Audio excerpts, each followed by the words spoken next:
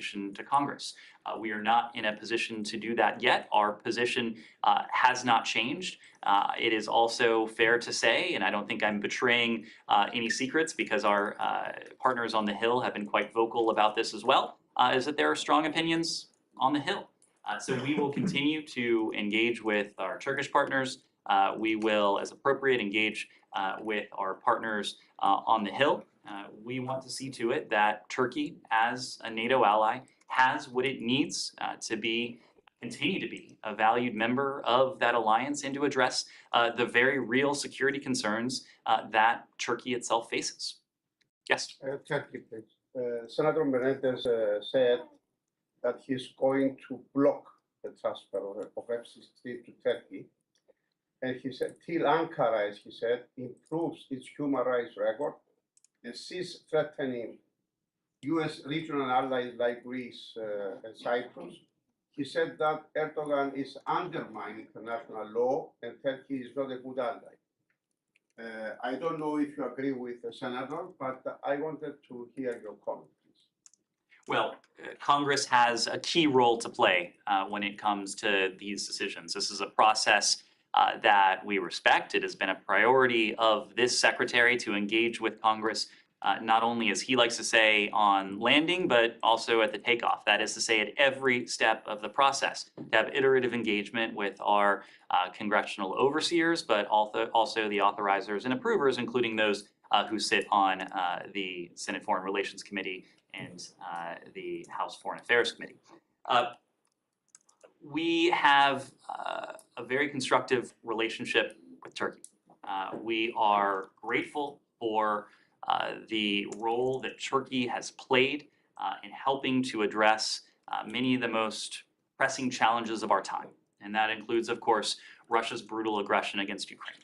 It is probably not an exaggeration to say that without Turkey's constructive role, we would not have the Black Sea Grain Initiative, certainly not the grain initiative that is functioning at the scope and scale that is now. We've consistently said that we are grateful for Turkey's role in that. We're also appreciative of the fact that President Erdogan and his government has used their somewhat unique position to seek to address Russia's war against Ukraine. Now, it is not for any lack of trying on Ankara's part that those efforts have not diminished or put an end to this war. That is a function of President Putin, his determination to continue this brutal war despite the costs that it's inflicting on his own people. Now, as allies, where and when we have disagreements, we can be candid about those disagreements, and we'll speak clearly when it comes to shared values and shared interests. We've said this many times before. We remain deeply concerned by the continued judicial harassment of civil society, media, political and business leaders in Turkey, including through prolonged pretrial detention, overly broad claims of support for terrorism, and criminal insult cases.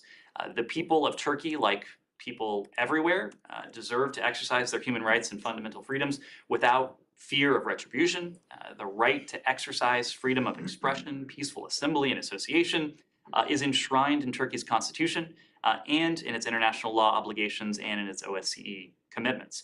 We urge Turkey to respect and ensure freedom of expression, these very fair free trial guarantees, fair trial guarantees, judicial independence, and other human rights and fundamental freedoms.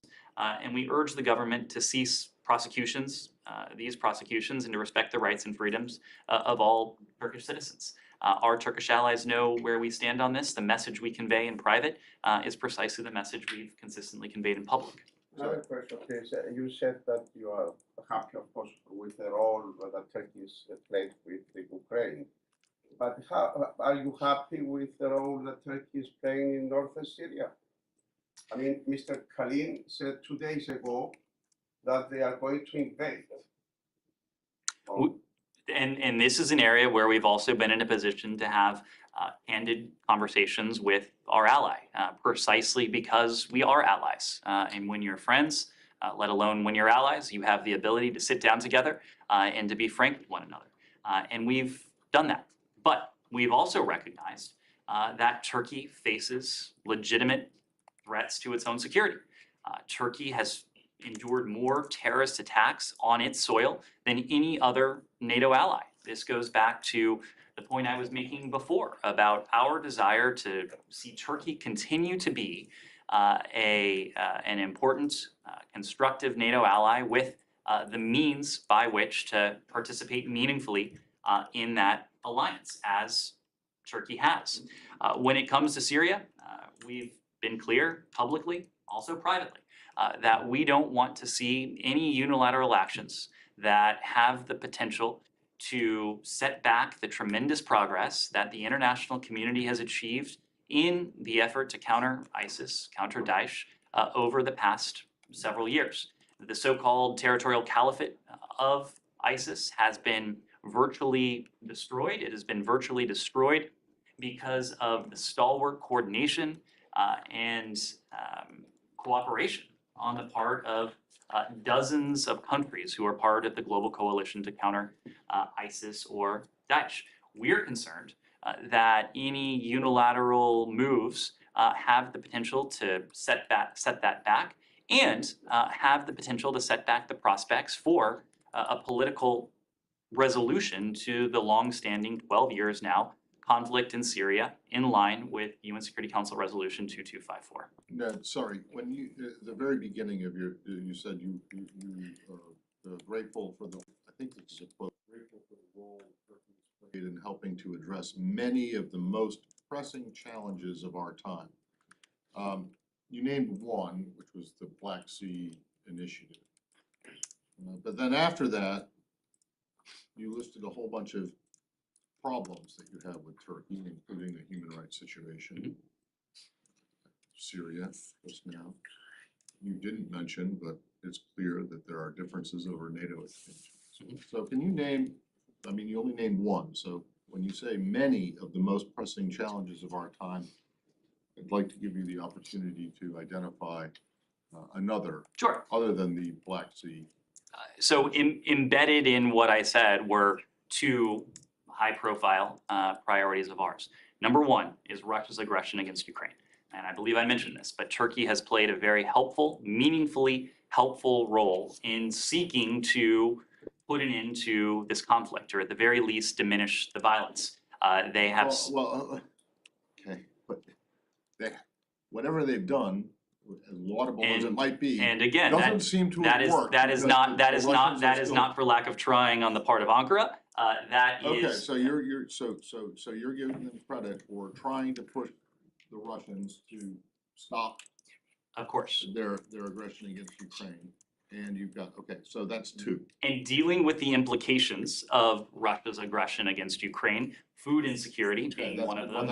That's embedded in the Black Sea Grain Initiative. So there's two, and you said many of the most pressing challenges of our time. So give me another example. Another example, Matt, is terrorism. And the joint efforts that Turkey has taken, including the steps that we announced together just a couple weeks ago now to go after a network of ISIS facilitators. Like 4 people.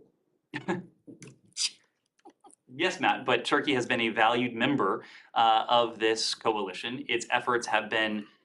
Okay, I'm not saying that they're not doing any of this. I'd just like to have another example. When you say many, is many mean 2? Many ways. Does it mean 3? Okay, so you got Black Sea, and then they attempt to get the Russians, not successfully, but they attempt to get the Russians to ease up in Ukraine.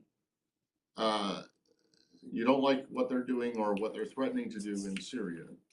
On terrorism, yeah, okay. So you have one joint statement over the course of the last year about sanctions. I'm just wondering where the many of the most pressing challenges are, and I'm not saying the Turks aren't doing anything about this, but I'd like to give you the opportunity to explain it. And I think we've just gone through a number of them, not to mention Turkey's role in NATO over the course of several Turkey's role decades. in NATO. Over- They're stopping, over they are over the main obstacle over the to course- NATO doing what it wants to over do the right course now of in expansion. Several decades. Can you Yeah. explain All that right. PY? Let me move around to someone who hasn't had a question yet. Janie? Yeah, thank you. Let's do a different issues, please. Thank you. And, yeah, I have two questions for the North Korea. North Korea refuted the message from the UN Security Council that it should return to denuclearization negotiations. At the same time, the North Korean Foreign Ministry announced that their status as a nuclear power was a stark reality. Do you think North Korea declared itself a nuclear state? How do you see this? Well, it doesn't change our overarching goal, and that remains the denuclearization of the Korean Peninsula. Of course, the DPRK has demonstrated its capabilities when it comes to its illegal nuclear weapons program, when it comes to its ballistic missile program. We continue to be concerned that the DPRK may make additional provocations, and provocations is probably too euphemistic of a term for it.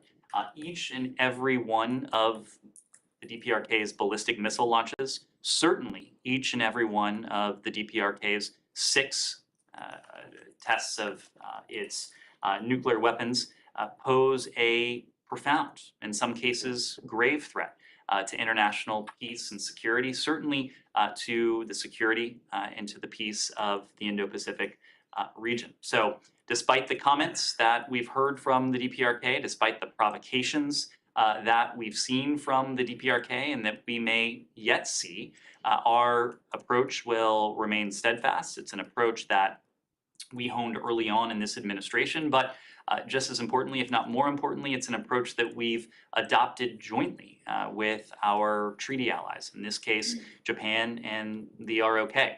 We are committed to the security of our treaty allies.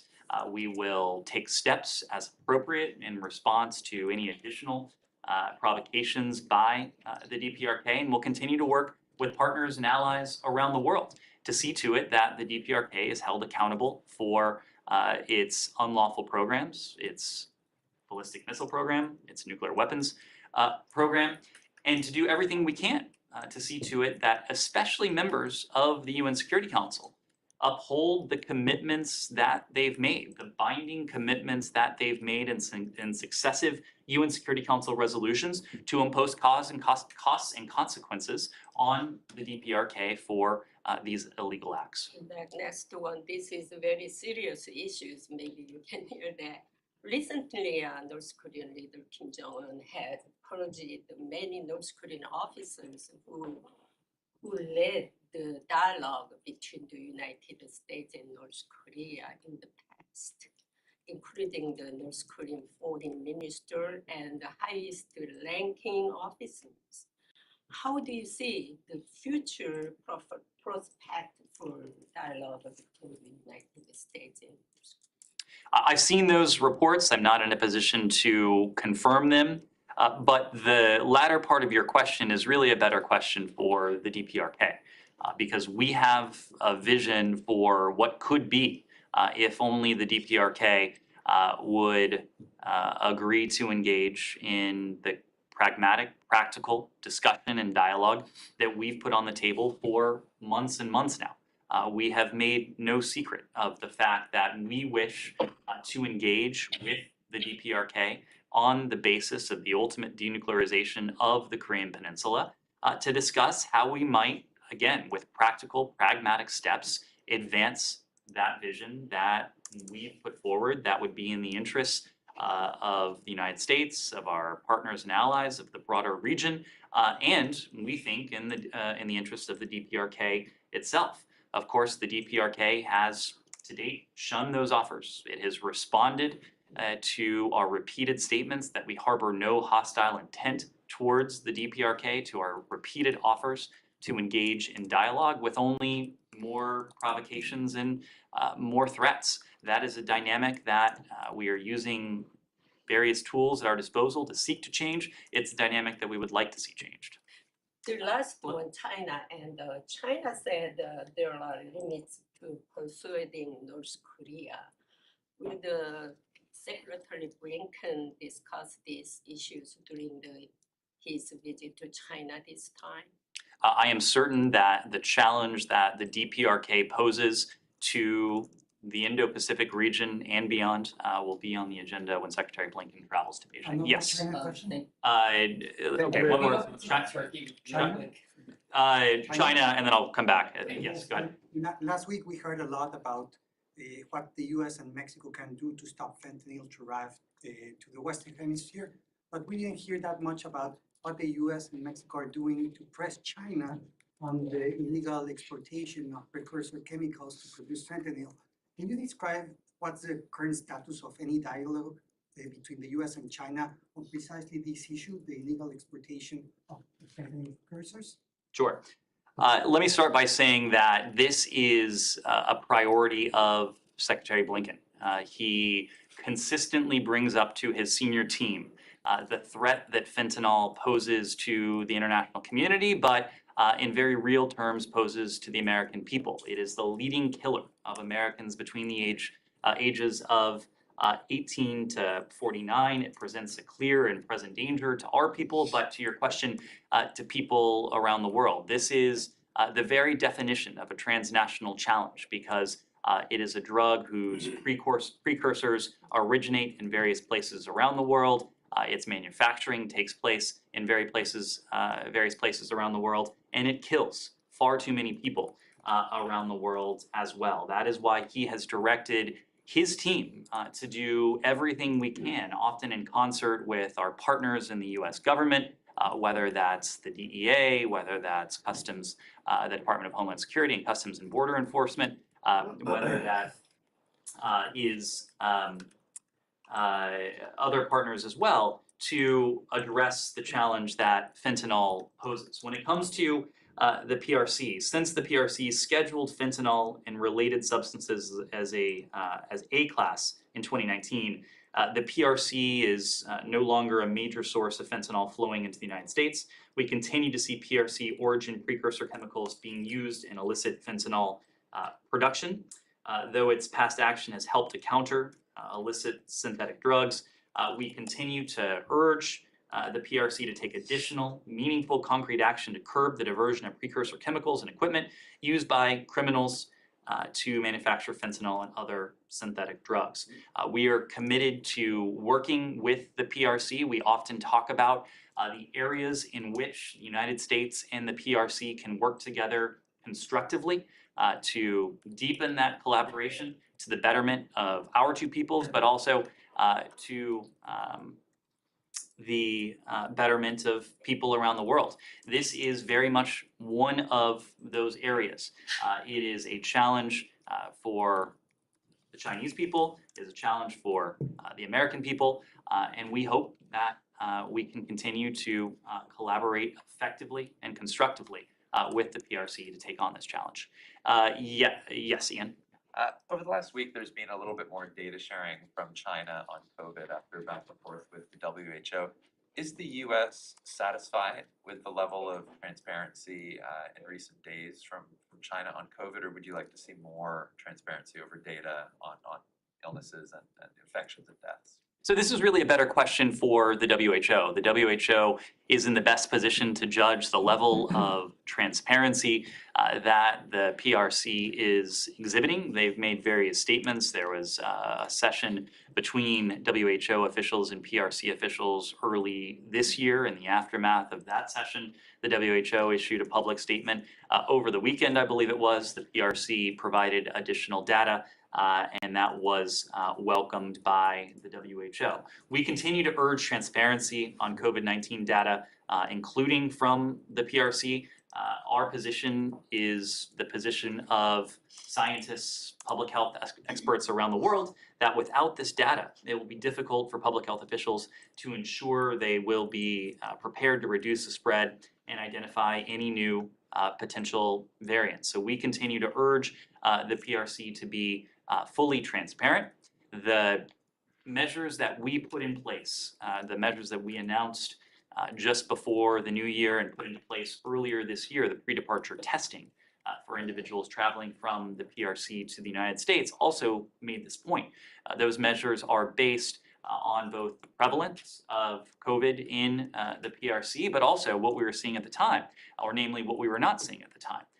The lack of transparent data distribution from the PRC, principally to the WHO, including the genomic sequencing, so that the WHO could have an early warning should any new variants develop and be spreading beyond the PRC's.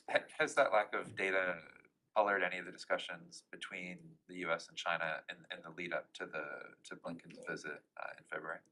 If by colored, do you mean has it derailed, has it disrupted the planning? I'll say that Secretary Blinken fully expects to travel to Beijing next month. That is something that we are still planning for on a daily basis, including we're working closely with our counterparts in the PRC to see to it that this trip is constructive, it is productive, that it's substantive as well. Yes. European Parliament is calling on European Union to blacklist Iran's IRGC.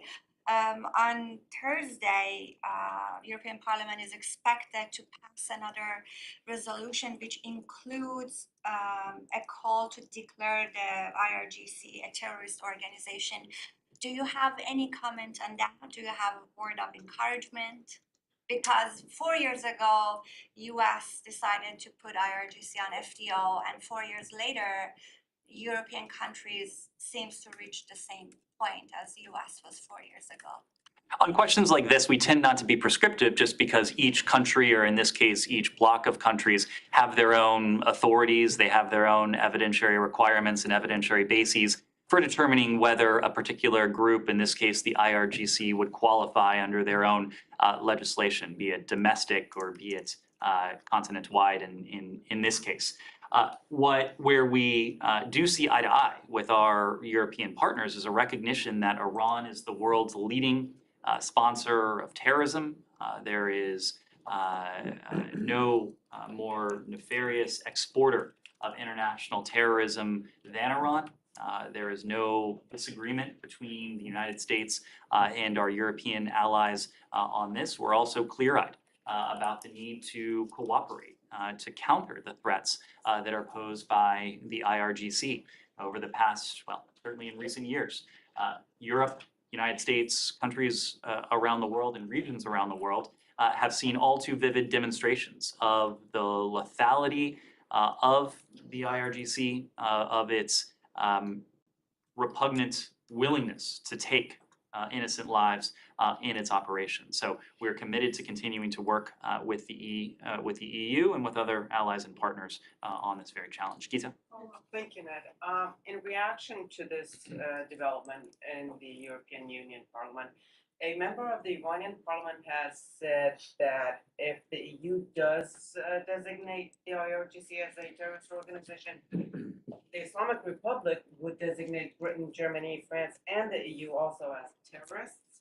And he continued to say, and I quote, that the defenders of Iran know how to deal with terrorists, unquote.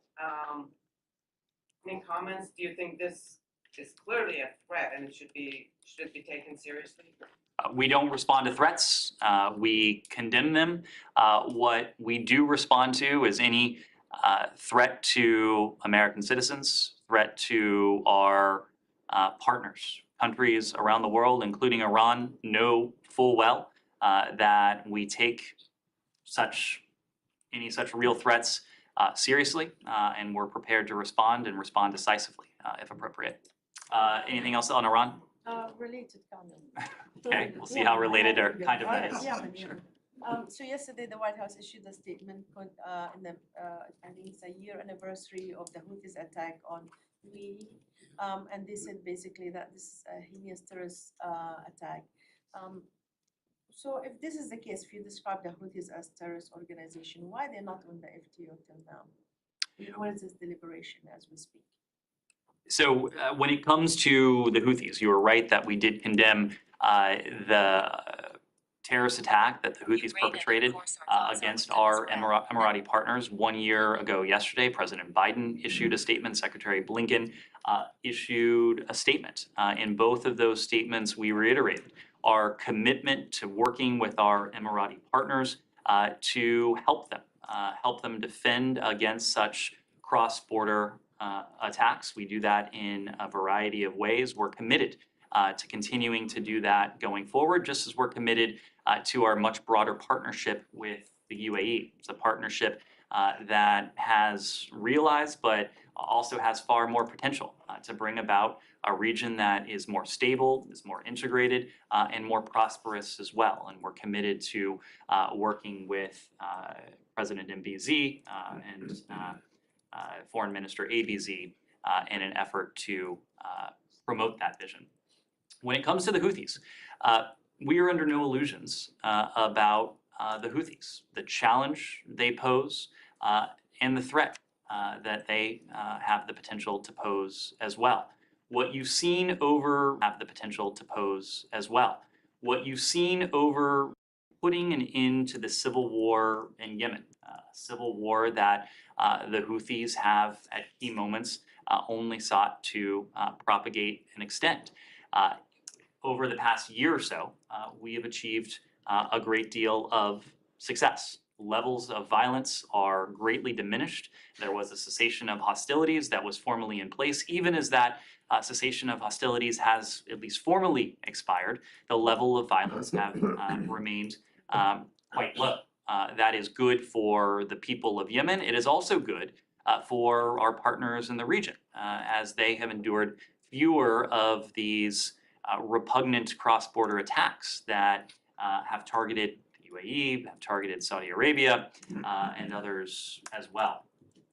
There are ways that we have to hold the Houthis to account. We have taken action against specific Houthi leaders. The group as a whole is designated under various authorities, but we made very clear that when the last administration in the final hour, almost literally, labeled the Houthis as a foreign terrorist organization, that came with a series of consequences, some perhaps intended, many perhaps unintended. Among those unintended consequences were profound costs on the people of Yemen. We heard loud and clear from humanitarian actors, NGOs who were operating on the ground, that the FTOs, the fact that the Houthis had been labeled an FTO precluded them from providing, or at least limited, their ability to provide life-saving humanitarian assistance to the people of Yemen.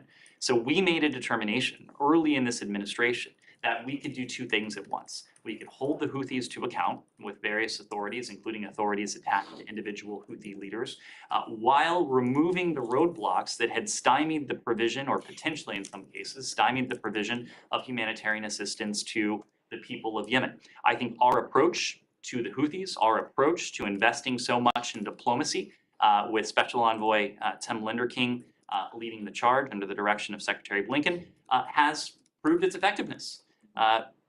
We have seen a period of stability and diminution of tensions that we have not seen in some 8 years since the start of this conflict in 2014. It is our hope to build on the progress that we've achieved, even as we continue to partner with our partners and allies in the region, including the Emiratis, including the Saudis, to see to it that they have what they need to defend themselves.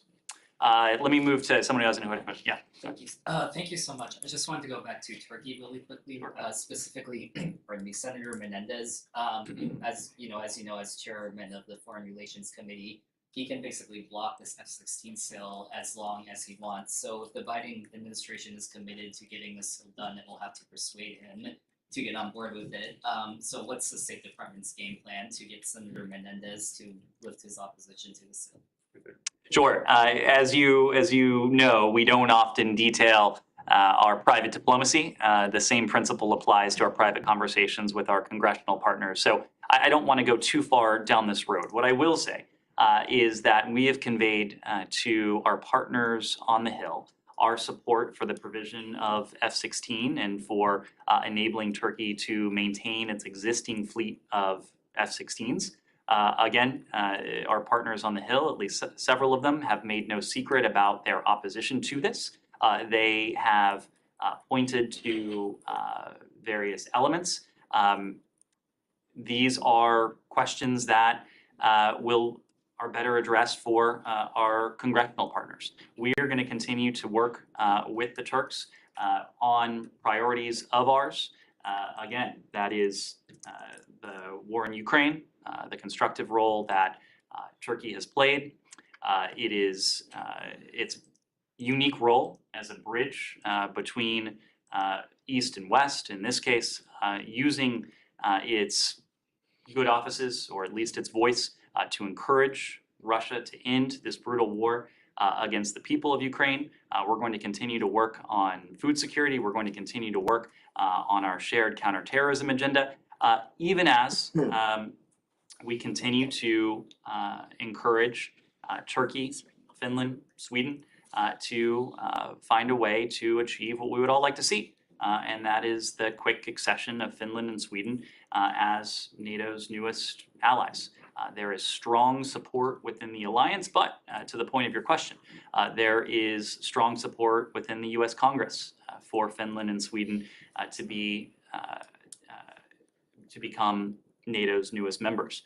When the treaty was put before the Senate last year, it was approved in near record time on an overwhelming and bipartisan basis. Congress has made no secret of its support. Of course, we share the enthusiasm that we've heard from our Hill partners when it comes to Finland and Sweden's NATO membership. And we're going to continue to encourage Finland, Sweden, Turkey to engage in constructive dialogue to see this through just as quickly as can be managed. Are you going you to clarify- give them, Let me- are you going to Kylie. give them the F-16? Kylie, go ahead. For a minute. Clarification on Highlight. Turkey. There's a few articles out right now about targeting in Crimea and the Crimean Peninsula. I'm just wondering, over the course of the last year, has the U.S. ever put limits on where Ukraine can or cannot use their weapons? Have they been allowed to use those weapons to attack Russians in the Crimean Peninsula or in Crimea? To the first part of your question, we are providing Ukraine with the security assistance, the weapons and supplies it needs to defend its territory against this Russian aggression, against these Russian invaders. Including Crimea? I'm sorry? Including Crimea? Crimea is Ukraine. We are, of course, not making targeting decisions on behalf of our Ukrainian partners. These decisions are up to them. But as you know, the United States and countries around the world have never recognized Russia's purported annexation of parts of eastern Ukraine or its purported annexation of Crimea. Crimea is Ukraine. That is not going to change. We have provided our Ukrainian partners with precisely what they need to take on the threat where it is raging most violently. Right now, that is in the east, it's in the Donbass. This has been the case for some time, but as you track the provision of U.S. security assistance from well before February 24th, as we saw the potential storm clouds approaching, to the start of Russia's war on February 24th, you see the evolution going from the Battle of Kyiv, where Stingers and Javelins were in need and requested by our Ukrainian partners, to what we've provided in recent weeks and months. HIMARS, Bradley fighting vehicles, long-range artillery, the longer-range systems that Ukraine needs to take on Russian positions on sovereign Ukrainian soil. Now, what we have not done, we've neither encouraged nor enabled our Ukrainian partners to strike beyond their borders. Everything we are providing to Ukraine is a singular purpose, and that's for its self-defense. And just one quick question. You said, the advice of the U.S. would be to take on the threat where it's raging most violently, and right now that's in the east and in the Donbass. So if they are using the weaponry to go after targets in Crimea or the Crimean Peninsula. Is that supported by the US? Is that a move that you see as the most productive use of the weaponry that they have at their dispense right now?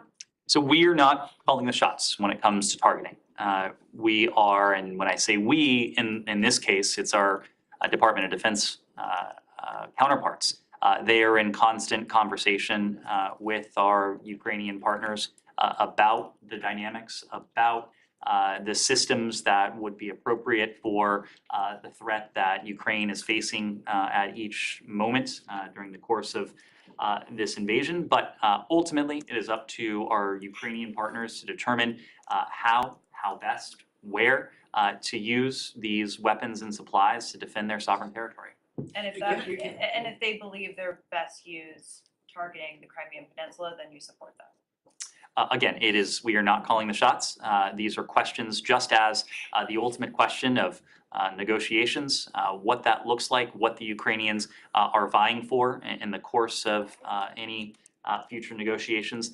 These are questions for our Ukrainian partners. Can you clarify yes, something let me on move Turkey? to people who have not had a question. Thanks, Ned. Yesterday, 2 days ago, Peskov, Kremlin spokesperson, didn't rule out a meeting between CIA Director Burns and any of Russian officials. Do we expect something in the near future? Such a meeting?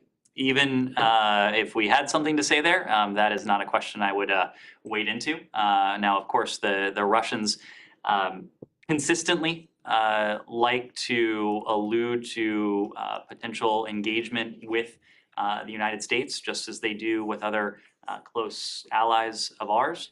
Our longstanding position since the start of Russia's aggression is that it can't be business as usual. If there are discrete elements that we need to convey to our Russian partners, elements that are profoundly in our national security interest, we have channels to be able to do so. Secretary Blinken has picked up the phone to Foreign Minister Lavrov when it came to Brittany Griner and Paul Whelan, the detained Hamsits at the time.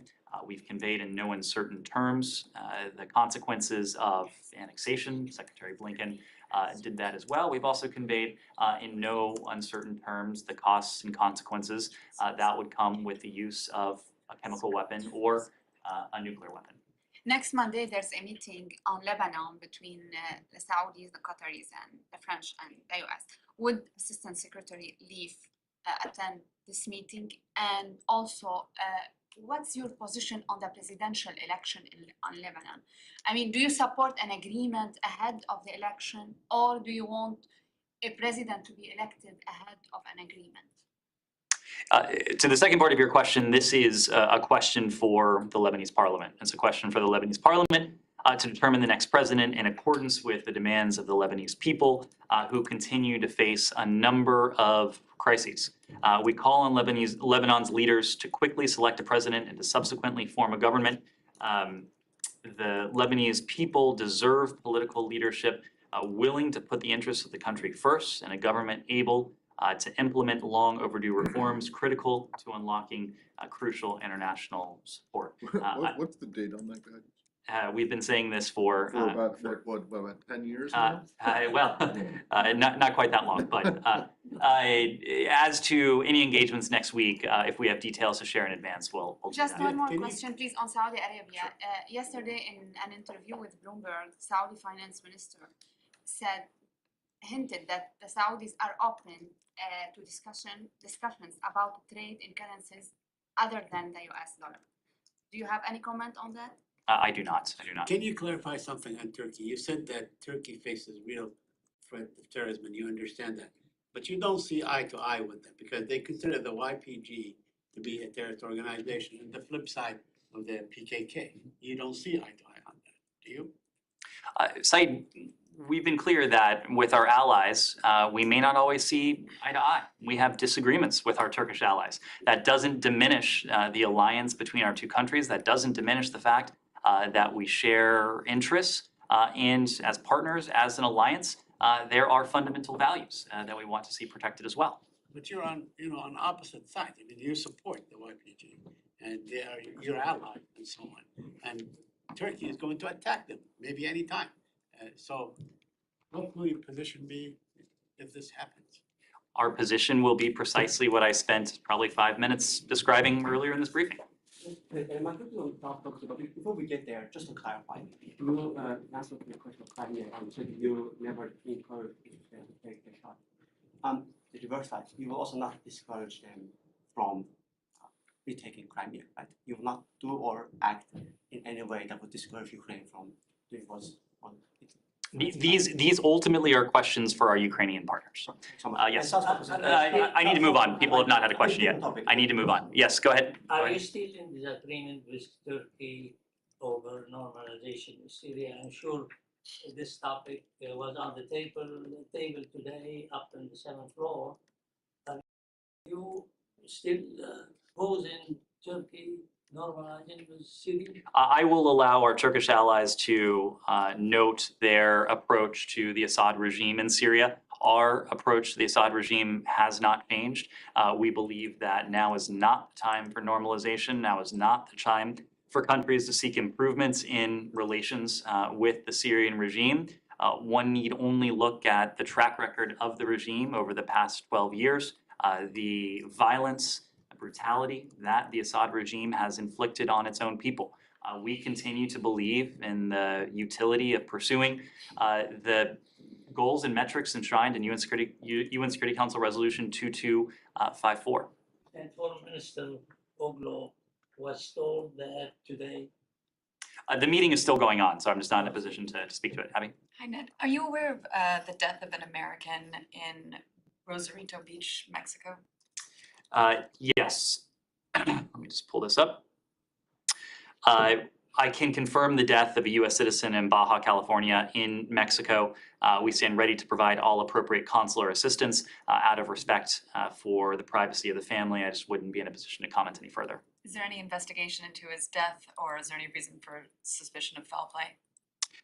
When a U.S. citizen dies in a foreign country, local authorities are responsible for determining the cause of death, issuing a death certificate, among other steps. We'll support any Mexican investigation. We'll continue to monitor it closely, but would refer you to Mexican authorities for details of their investigation. Yes. I have a question for like a US-Japan. Following up a US-Japan summit meeting, seems like it is necessary to continue discuss specific measures such as controlling like export, like a semiconductor. What is current outlook on the meeting, and how soon we can expect US-Japan economic version of 2+2? In your future. Sorry, I missed the first part of your question. Was this in relation to the Prime Minister's visit, or this was in relation to the Dutch Prime Minister's visit? The US-Japan economic version 2+2 meeting.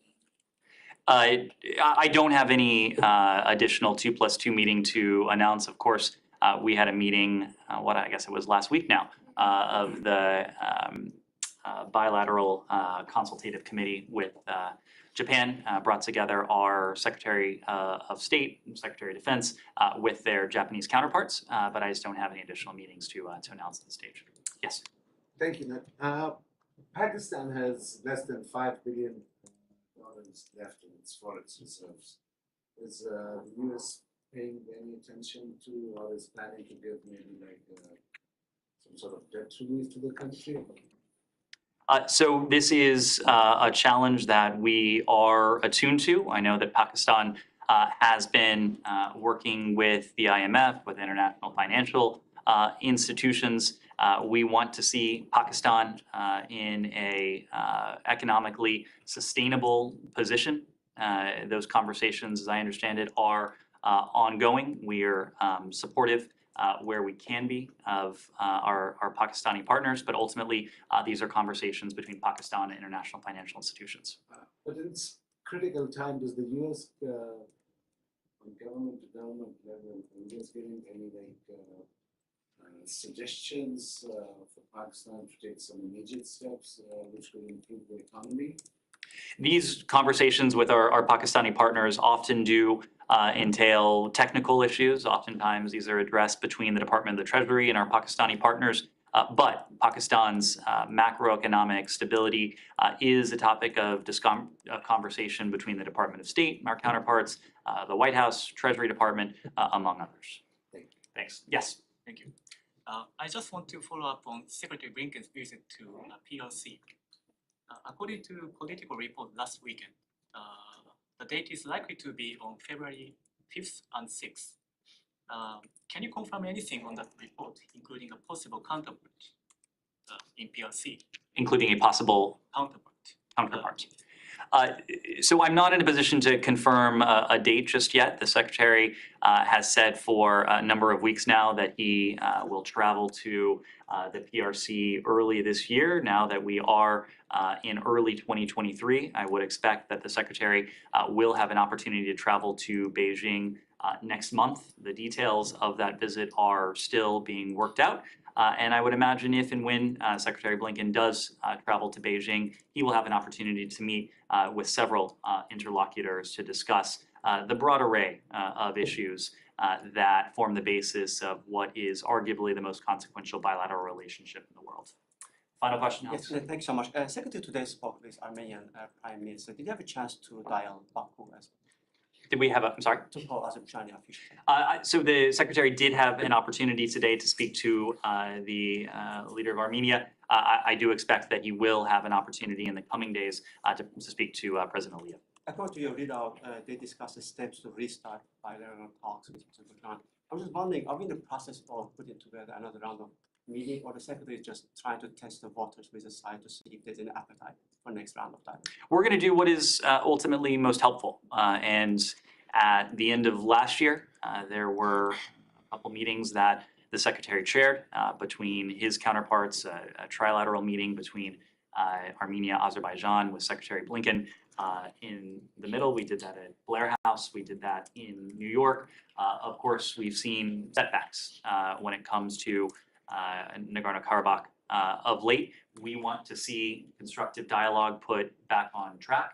We stand ready to engage bilaterally. We stand ready to engage with and through partners, through the OSCE, or if and when appropriate, trilaterally as we have done in the past. The same format or different format? Yes. We are going to do what is most effective at the right time. I know who is not going to be behind the table, which is Ambassador Blinken. Yes. Who is going to be behind the table from the sides? Like, are you seeking presidential level meetings or? So, of course, Ambassador Rieker did retire from the Department of State after an illustrious 30-year career just last week. But there are a number of individuals in this department who are deeply invested in this process, not the least of whom is Secretary Blinken himself. This is a personal priority of his. But people like Toria Newland, people like Karen Donfried, people like a number of the senior officials in our Bureau of European and Eurasian Affairs will remain deeply engaged in this. So from the other side, ministers or presidents, are you looking for who is going to be behind the other side of that is for them. Thank you. Can I ask for one clarification?